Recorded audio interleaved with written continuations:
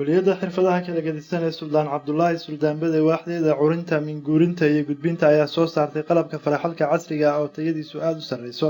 waxayna kuliyaddu ka hirgelisay jidadka ama wadooyinka waaweyn ee laga soo galo magaalada Goday iyo weliba cisbitaalka guud ee Goday waxaana daafurkii qalabka faraxalka casriga ah ka soo qayb galay mas'uuliyiinta maamulka magaalada Goday oo horkacaya maayarka maamulka magaalada Goday mudane Cabdullaahi Cali Xaaji iyo maareeyaha kuliyadda xirfadaha kala gedisan ee Goday mudane Maxamed Cabdi Shafad iyo ugaas beeleedka magaalada Goday ugaas Maxamed Qani waxaana hadaladoodii ka mid ahaa halkan hortiina qalabka ka muuqda waa qalab faraxal oo casri ah waxaana loogu talagalay oo qayb ka tahay ka hortagga iyo la tacaalidda cudurkan safmarka ee caalamka jahawareeriyay ee COVID-19 halkan hadda aynu taaganahay inuu dhignay waxa weeye waa Goday Hospital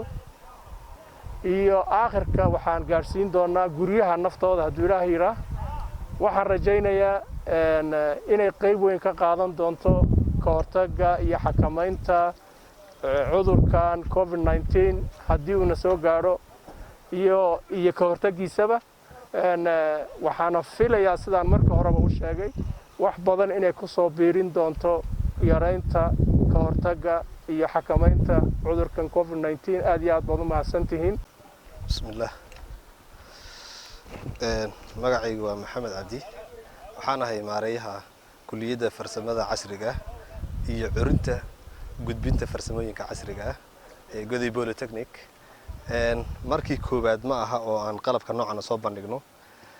qalabkan waa qalab ka casrisan noocyadii hore ee nu sameynay wuxuu kaga casrisan yahay waxaan u sameynay meeshii ay xitaa carruurtu ay ku farxalan lahaayeen si cudurkan safmarka uu ooga dhinaado dalka